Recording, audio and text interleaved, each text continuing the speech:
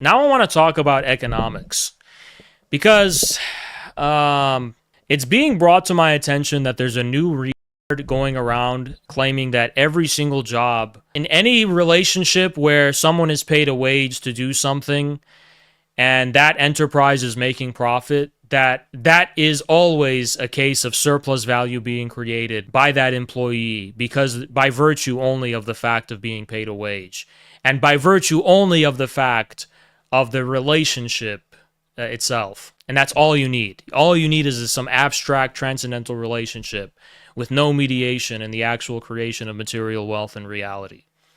It's just a woeful misunderstanding of what Marx was saying. Marx never divorced social relationships of production from material relationships of production. He never divorced capitalism from being a mode of production, a mode of material production. He didn't reduce it to some idealist gibber of being a purely transcendental social relationship. What he did insist upon, and why he emphasized the historically specific nature of capitalist social relations, is because he was trying to say there is nothing about empirical reality, let's say, by itself. There's no eternal laws of nature that automatically give rise to value, to surplus value, to the peculiar qualities and features of the mode of production we live in. He wasn't saying it doesn't actually need to be contextualized and grounded in a material production. He was just saying it can't be solely reduced to that. So there's a key difference. He wasn't saying that all it takes for surplus value to be created is to just to give a wage to someone and then for profit to be made in isolation. And how do I know that's not what he said? Because I've read volume 3. Because I've read volume 3 where he says explicitly that surplus value is a category that is only meaningful. It can only meaningfully refer to surplus value in the aggregate. In other words, as produced by society as a whole.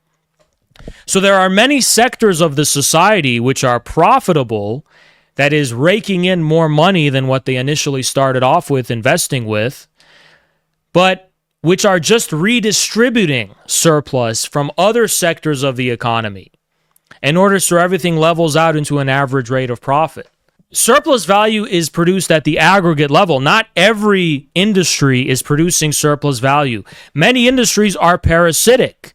They're taking surplus value produced elsewhere and they're redistributing it for the subsistence of that particular industry and enterprise. The credit system and speculation is the best example of this. Okay, Bitcoin doesn't produce surplus value. It's a way of redistributing value that is produced elsewhere and pumping it into somewhere else. But anyway, that's just talking about the 19th century. Today, it's debatable as to whether there is any profit at all being produced anywhere, and whether we can refer to surplus value meaningfully in the same way Marx did in the 19th century. I think that should be a debate. I don't think anyone can draw definite conclusions and start canceling people for... Marx didn't even finish Capital. And I'm saying this because most industries will never pay off the capital that was necessary either in speculative investment or in loans from banks that was advanced to them in order to actually start producing profit. All of these industries, you name it, they're not producing profit. Service industries, not even just service industries. Toyota's in debt. It's a car company. They're not producing profit. They're in debt. They need investment and they need lines of credit to be pumped into them to continue subsisting. And it will never be paid off. That's what people are missing. It's like, it's not going to be, they're like, well, once it's paid off, it's never paid off. That's what you're not understanding. The indebtedness of the economy is such that the initial capital is never paid off through profits. So they're not really profits. They're profits only when we take them in isolation from the bigger picture of this whole fucking company still being indebted. And even in the case where it's not indebted, directly, the initial capital that was advanced to it in the form of speculative investment, that is never paid off. So, for example, let's say a company is given, this is a stupid example, let's say a company is given $50 million to start, right?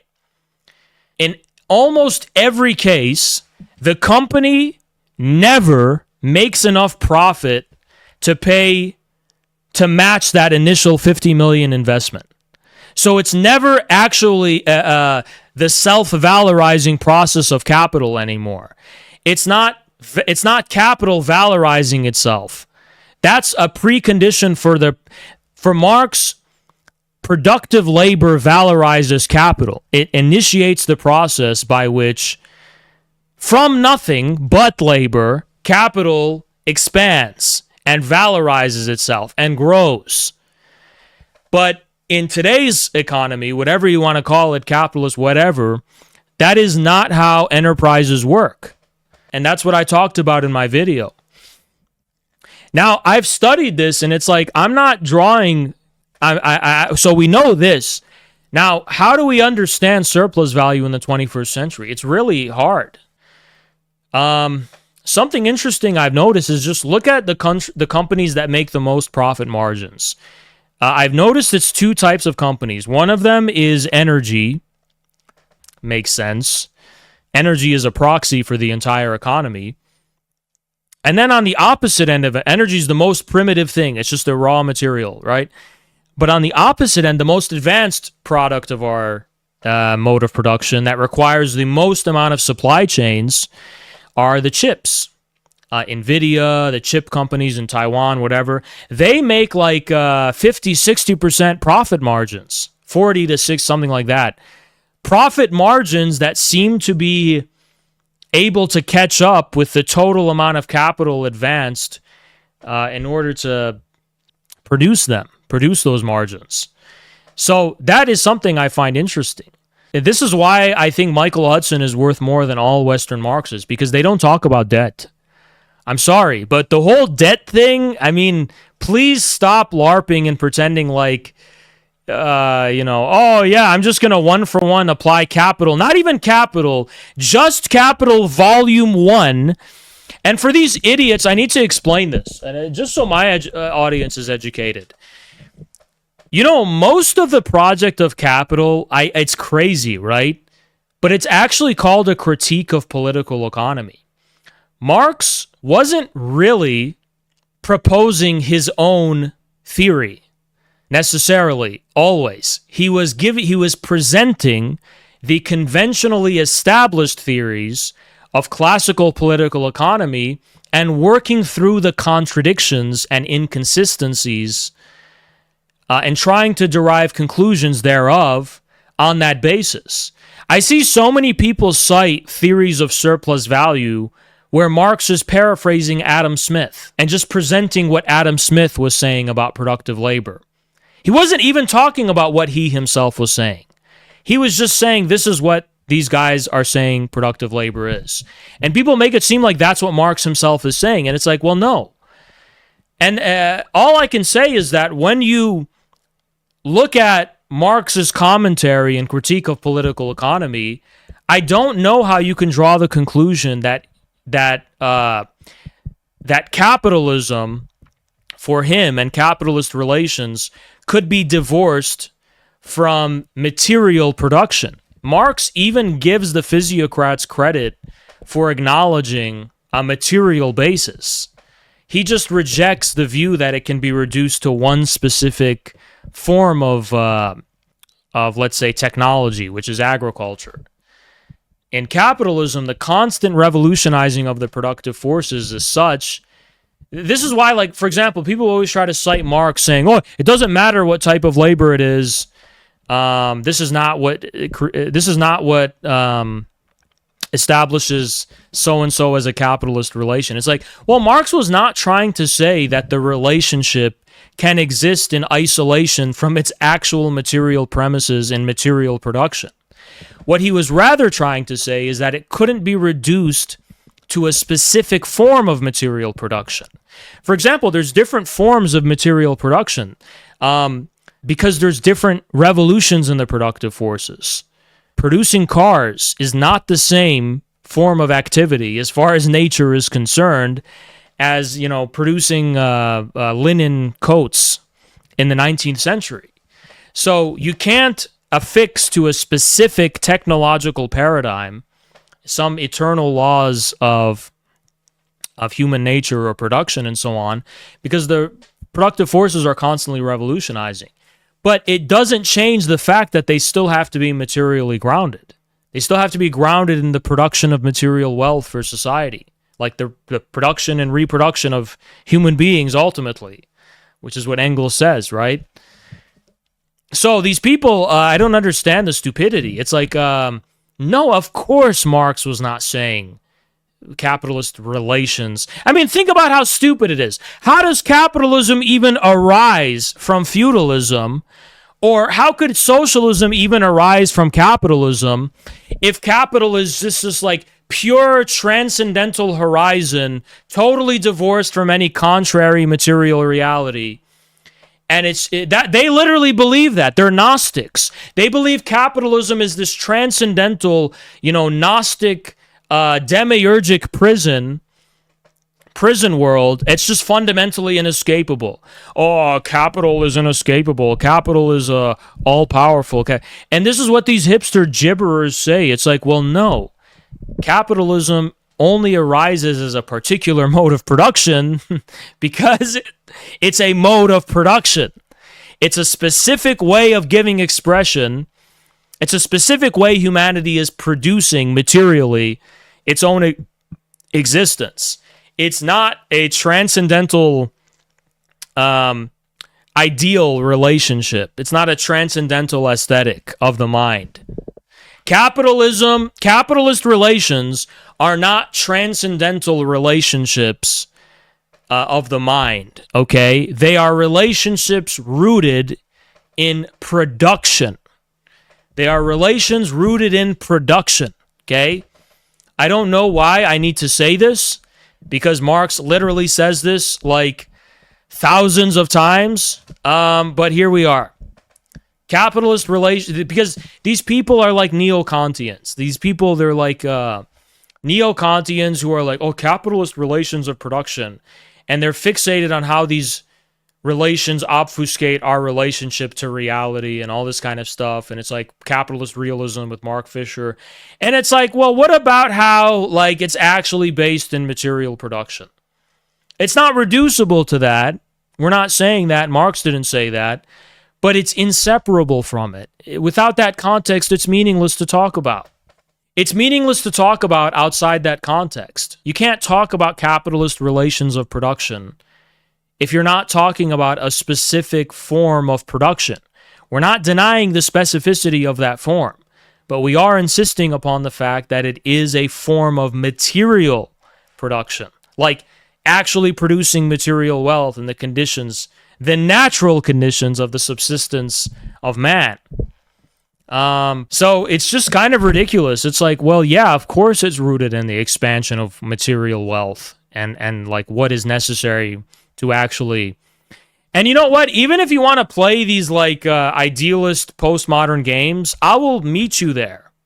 I can talk to you about how blue collar, let's say productive labor, material labor, rooted in physical production, has, within the transcendental horizon or whatever, like that has a more fundamental unconscious significance. I'll meet you there. I'll meet you there. That's as far as you, the idealists, are concerned, that is ground zero of the Platonic realm of ideas. Okay? You want to talk about the transcendental capitalist relations of production?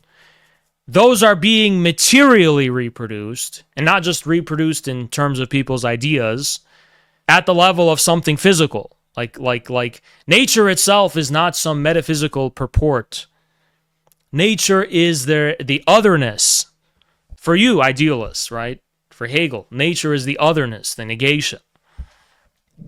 So yes, the context of capitalism's capitalism does not just create itself. This is kind of like Nick Land's idea of like a runaway AI and coming from the future, endangering the conditions of its own possibility. But it's a myth.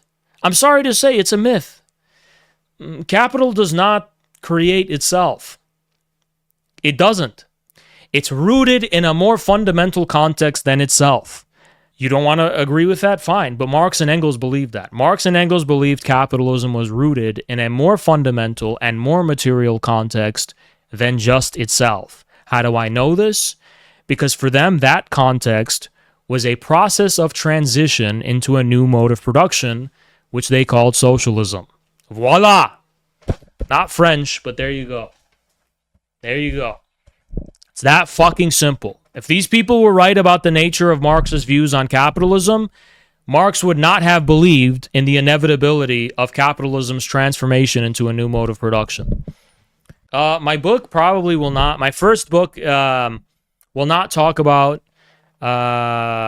capitalism, but it will talk about economics, ancient economics, probably. So I think that's all I need to say, probably, right?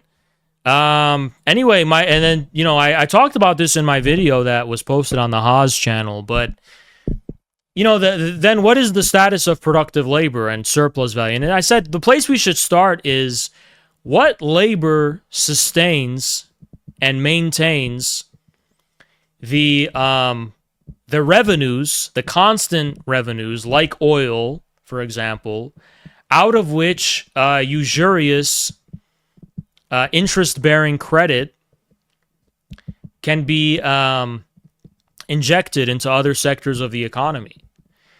I said we should start from there to understand the status of the proletariat today. The proletariat is that, see, all of this kind of postmodernists and ecologists, they're kind of correct. The shift in our era is more toward reproduction. This is why there's this new feminism. It's always about the domestic household, reproduction, conditions of the reproduction of production itself.